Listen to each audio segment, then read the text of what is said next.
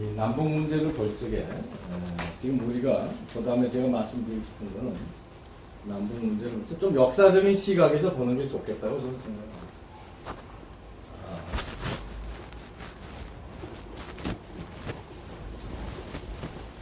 우리가 우리 한반도가 지난 150년간 그러면 약간 언제쯤 되냐면은 1860년 정도 됐어요. 이때부터 그 이전하고 이제 이렇게 나눠서 본다면은 우리 한반도에 역사적 과제가 있었어요. 그게 뭐냐 하면은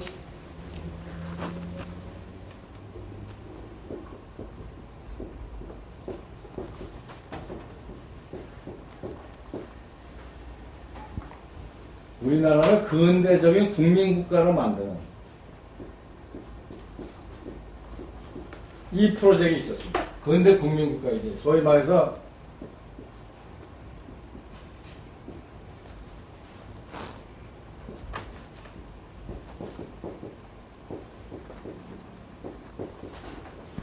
우리나라뿐만이 아닙니다. 전 세계가 사실은 근대적인 국민국가를 만들겠다. 국민이 주인인 나라를 만들겠다. 그리고 근대적인 국민국가를 만들겠다고 하는 것은 사실은 전 세계가 18세기부터 19세기에 걸쳐서 움직였던 큰 흐름입니다. 봉건제도를 끝내고 중세를 끝내고 농업 중심의 경제인 중세를 끝내고 그 다음에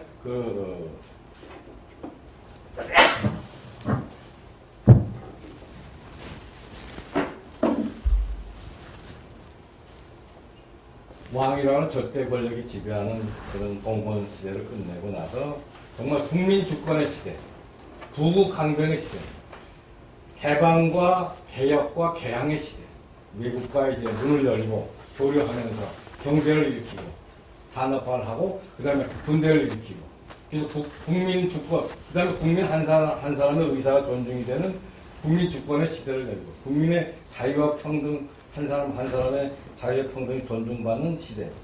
그러면서 국가가 부국강병하고 민족 자결로 나가는 그런 의미의 근대 국민국가를 만드는 게 모든 나라의 꿈이었어요. 역사 발전의 시대적 과제였습니다. 그래서 예를 들어서 미국의 경우에는 1776년입니다. 미국이 독립선언 발표한 게 1776년인데 미국이 가장 앞섰어요. 미국은 1776년부터 이제 독립선언 발표하면서 근대 국가, 국민국가를 만드는 작업으로 들어가기 시작을 합니다. 그래서 인간의 존엄성, 생명의 존엄성, 자유의 존엄성, 행복, 추구권, 민족 자결주의 이걸 이제 미국이 내세운 영국으로부터의 독립, 영국부터 이제 정책 독립, 그다음 국민 한 사람 한 사람의 자유와 행복, 주권을 인정하는 근대적인 국가, 국민 주권의 국가를 만든다는 게 이때가 이제 독립 전쟁하고 독립 선언서 발표할 때 하나의 터닝 포인트입니다. 또 그 다음에 빨리 했던 나라가 불란서입니다. 1789년 불란서 대혁명이죠. 이때만 해도 뭐래 불란서 인구의 1%가 불란서 토지 50% 갖고 있었어요. 왕과 귀족들이 50%, 1%. 이제 그런 중세를 끝내자. 절대 왕정의 시대를 끝내고 이제 국민 한 사람 한 사람이 자유롭고 평등하는 그런 나라를 만들고 그다음에 소위 산업을 일으키고 부국 강병 그리고 주권 재민, 주권 이런 근대 국가를 만들자고 했던 게 불란서 혁명. 그래서 이게 미국의 독립선언과 불란서 혁명이 계기가 돼서 이제 1800년대를 돌아오면서 독일, 유럽에서 이제 근대 국가 만드는 경쟁이 일어나요. 어느 나라가 근대 국가를 잘 만드냐. 그 근대 국가를 만들려면 저도 개항을 해야 됩니다. 옛날 식으로 말하면 개항입니다. 요즘으로 얘기하면 개혁 개방입니다. 개화라고도 할 수 있어요. 개항을 하고 외국하고 교류를 하면서 산업을 일으키고 무역을 일으키고 그러면서 그걸 기반으로 해서 군대를 일으키고 국가가 단위별로 자주 독립하고 그리고 안에서는 국민 한 사람 한 사람의 자유와 권리가 보장이 돼요. 이 독일이라는 유럽 나라가 그걸 따라가기 시작합니다. 일본도 1850년대부터 움직이기 시작합니다. 명치유신을 전기로 해서 크게 이제 근대국가로 나가는 길을 가는데, 우리는 이제 이때부터 이제 아마 1860년대가 대동강에 서문호가 들어왔다가 아마 최초로 이제 한국하고 무력 충돌을 한 때입니다. 병인양요죠.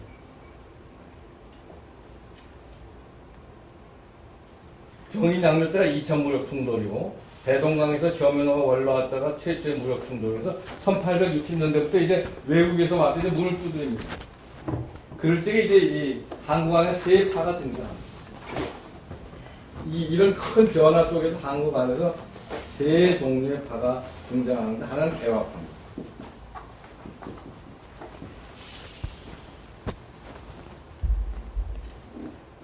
예를 들어서 박규시라든가 김홍집이라든가 김옥균 같은, 우리도 이제 반봉건, 봉건의 시대를 끝내자. 반봉건.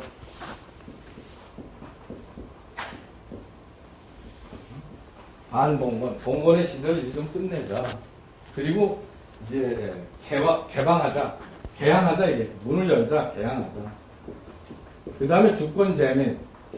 국민 한 사람이 이제 민주적 주권을 좀 뭐 이런 쪽으로 이제 우리 조선도 바뀌게 되지 않겠느냐. 개화파. 김옥균이 아주 급진적인 개화파고, 김홍식 같은 건 원본 개화파입니다만 개화파적인 판단을 있고, 또 하나는 여러분들이 잘 아는 척사파, 위정착사파.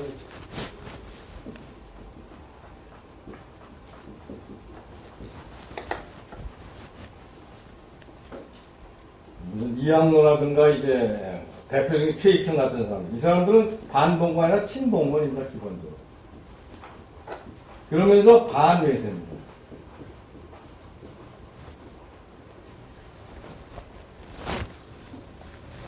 그러니까 지금까지 그걸 척사파는 계속 지키자는 거예요.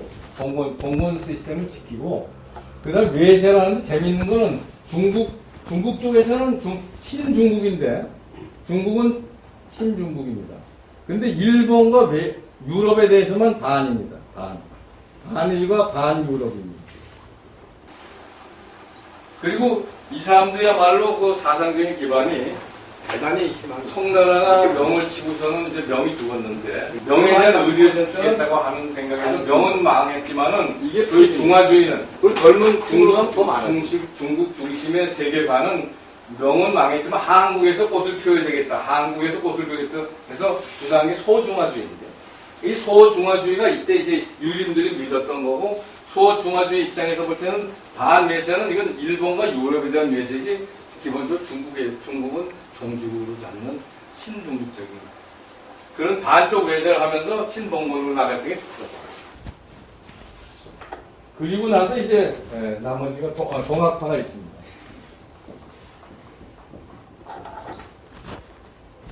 최재혁, 최시영 같은, 이 사람들은 반봉건입니다.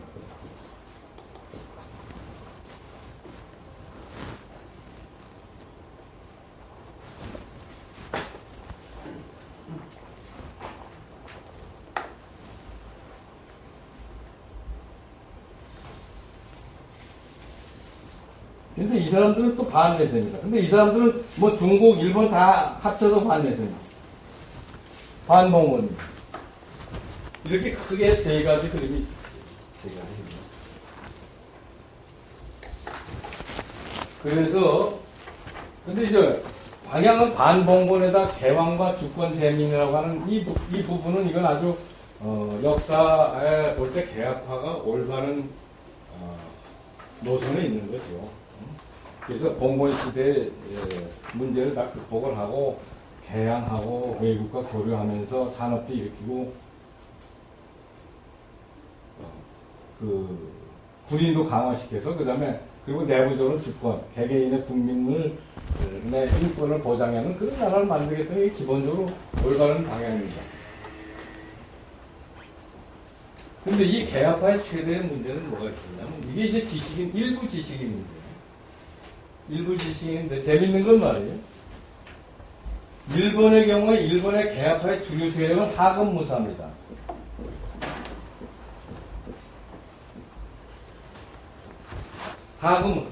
도요토미 히데요시도 다 하급무사. 하급 무사가 들고 일어나가지고 처음에는 봉건 제도를 때려부시고 그 다음에는 외국에 대해서 반봉건 반외세를 하다가 동학하고 비슷해 우리나라. 일본의 이 하급 무사. 일이 나가다가 이 사람들이 하급 무사가 일본에서 미국, 유럽을 돌아봅니다. 하급 무사의 대표들. 또 들어보기도 그렇고 여러 사람들이 그렇게 하고서 야, 이 세상의 변화를 타지 않으면 안 되겠구나. 중국에 가서 보니까 아편전쟁 이후에 여러 가지 변화를 보면서 야, 이게 훨씬 우리보다 앞서 있는 근대 문명이 있는데 거기와 싸운다는 건 말이 안 되고 그 문명을 찾아. 그래서 반봉건이 반외세가 아니라 대항 세력으로 등장합니다, 이게. 그래서 하급 무사가 중심이 돼서 명치유신 성공시킵니다. 봉건제도는 끝내되 문을 닫고 하는 게 아니라 문을 열고 서양을 받아들이자 해서 근데 한국은 이것과 유사한 이게 이제 일본의 가장 중요한 세력이었는데 우리나라는 뭐가 있으면 유생이 있었습니다. 한국에서 전국에 유생이라고는 엄청난 세력 지식인 집단 이 유생이 우리는 어디로 가냐면은 개화파를 지지한다든가 하는 방향으로 갔으면은 그러면 이제 우리나라도 이제 새로운 시대가 빨리 왔을 텐데 이게 이쪽으로 갔어요. 친봉건 반외세로 갔어요. 그래가지고 저는 이제 우리 대원군이 집정하는 동안에 대원군은 처음에 상당히 반외세였습니다만 이 사람은 반봉건적인 걸 하려고 했습니다. 반외세지만 반봉건을 하려고 해서 서원 같은 거 설계하지 않습니까? 서원이 이게 사실 대안학교인데 이게 안에 이익집단화 돼가지고 유생들이 거기서 굉장히 자기들 기득권을 지키는 서원 설계하고 토지계약하고 세제계약하고 막 들고 나갑니다. 그래서 굉장히 내부적으로 반봉건적인 계약을 주도했던 게 사실은 대원군인데 문제가 있다면 이 부분이 있었지만 그러나 이것이 기본이었는데 그것에 대해서 많이 주라고 해가지고서는 경상남도 뭐 전라 이쪽에 10,000명의 유생들이 모여서 반대하는 상소를 내고 최익희하는 사람이 자기 도끼 들고서 서울에 와가지고 내 목을 치라고 하고 그래서 결국은 우리 대원군을 쫓겨나게 만드는 그런 과정에서 이 사람들이 그러니까 이 사람들이 그 사회의 식자인데 영향력이 많은 식자인데 기본적으로 반봉건이나 친봉건 반외세예요. 여기서부터 한국의 이제 개화가 시작하게 되는 거예요. 동학파는 백성들인데 반봉건까지는 있는데 반외세 부분을 극복을 못하고 더 어려웠던 거는 반봉건 후에 어떤 나라를 만들까에 대한 그 그림이 없었어요. 이 그림이 없었어요. 주권 민주국가를 만들고 했던 꿈을 갖고 있지 못했어요. 그냥 봉건제도의 탄압, 양반의 이것을 문제는 제기했지만 그 다음에 양반하고 그러면 시민사회 기초는 무슨 민주국가를 만들겠다는 꿈을 이 사람들이 가질 수가 없었겠죠. 그러니까 외국 제도에 그냥 반대만 하고 반봉건을. 그러니까 이게 시대의 대세가 되고 대안이 될 수가 없었어요. 도리어 개화파가 동학파하고 힘을 합쳐갖고 동학파를 교육을 시키고 힘을 합쳐서 반봉건을 같으니까 요 부분만 일본의 하급 무사들이 변하듯이 이 부분을 이렇게 변화시킬 수가 있었으면 또 힘이 달라졌을는지 모르죠. 그러나 그때 백성들은 농민들의 힘이 없었고 유생이 힘이 있었는데 유생이 기본적으로 직사파 입장을 취해서 이런 등등 그리고 이것도 결국 일부지 지식인의 다수도 아니었고 국민적인 민중적인 소위 말해서 기반은 약했고 등등해서 이게 싸움하다가 이게 풀려지게 합니다. 그리고 이제 정치 지도력도 왔다 갔다 하다가 결국은 제가 볼 때 좌절하게 됩니다. 근대 국민국가가 많이. 저는 안 되니까 나중에 고종이 나와서 위로부터 개혁을 한다고 그러죠. 그래서 만든 게 뭡니까? 대한제국을 만들죠. 그래서 대한제국이라는 건 형식으로는 전부 다 근대국가 형식을 다 취합니다. 군대도 만들고 말이에요. 그때 굉장히 나름대로 노력을 많이 하는데 결국은 실패가 1910년에 이게 좌절을 1860년대 시작해서 1910년에 좌절하게 됩니다. 그러고서 우리가 이제 1945년까지 식민지를 그러면 이때 제로였느냐? 아니다, 이게 제로였느냐? 여기가 지금 논쟁거리입니다, 여기가 지금. 역사 전쟁이 일어나는 게 여기입니다. 여기서부터 이 기간 동안에, 물론 일본이 중심이 돼서 근대화 작업이 시작이 됩니다만은, 이때에도 안에서 계몽운동하고 학교 만들고 이러면서 한국의 근대화는 진전이 되고 있어요. 주체적인 노력이 진전이 되고 있어요. 그걸 기초로 해서 그 다음 45년 후에 전쟁을 지나고 그 다음에 이제 산업화 민주화라고 하는 근대 국가 만들기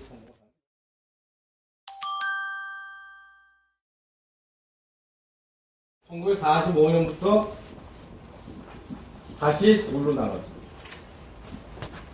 그래서 이 소위 말해서 근대 국민국가 프로젝트는 남쪽에서만 성공하기 시작합니다. 북쪽은 어떻게 되느냐? 북쪽은 다시 척사파로 돌아갑니다.